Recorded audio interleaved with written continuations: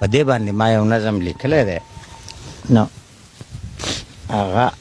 درته ډالۍ کومه. دا مطلب دا دی چې دا شاعري زما داسې کمزورې ده، خو دا یو افسانه هغه حقیقت مطلب دا دی چې هغه عوام ته راځي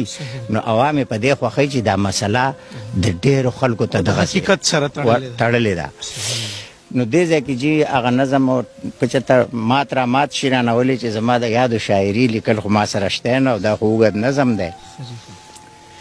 نو هغه نظم داسې دی چې زوی الله راکړو ډېر خوشحاله شوم، لاک لاک شکرونه مې ادا کړه د خدای، د خوشحالۍ نه په ځان نه پوهېدم، د دوکانداره مې چکلیټ واخیسته، د چم ګاون واړه راغونډ شو راته، هر یو ماشوم له مې پې خوله خوږه کړه. رشته داران مبارکۍ له راتلو، یاران دوستان مبارکۍ له راتلو، چا د سیزنۍ سره اورني به راوړل، چا به چینی چا به کپړې راوړلې، خواښې ابۍ پکې زانګو طلایي، یو بالښتی نور سامانونه راوړل، یوه ټوپۍ ډېره ښایسته وه پکې پې لګېدلې وه د زرو ټیکه.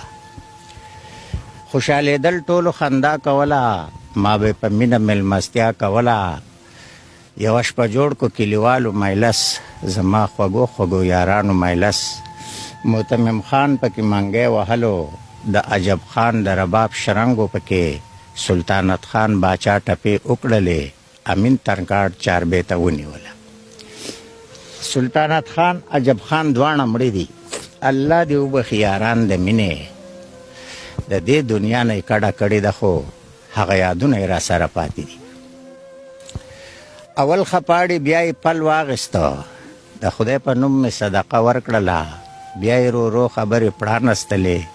سم د توتي په شانتې وچغېدو، مور یې ویل اسکول ته یې کېنوه اوس. چې په سبا له مې اسکول ته بوتلو، استاز ویل چې د اسکول جامو کې تختۍ سلیټ او کتابونو سره سبا یې راوله داخل به یې کم. زما په خپو وې شو کېدلې سپلۍ، د له مې نوي پیزارونه راوړل، له ما په سر وه پټ ختلې ټوپۍ، د له مې ښکلي په کولونه راوړل، زما زړې په تار ګنډلې جامې، د له مې ښه نوي سوټونه راوړل، له ما په سر وټکېدلی څادر، د له مې ګرم کمبلونه راوړل، تختۍ سلیټ له مې پیدا کړې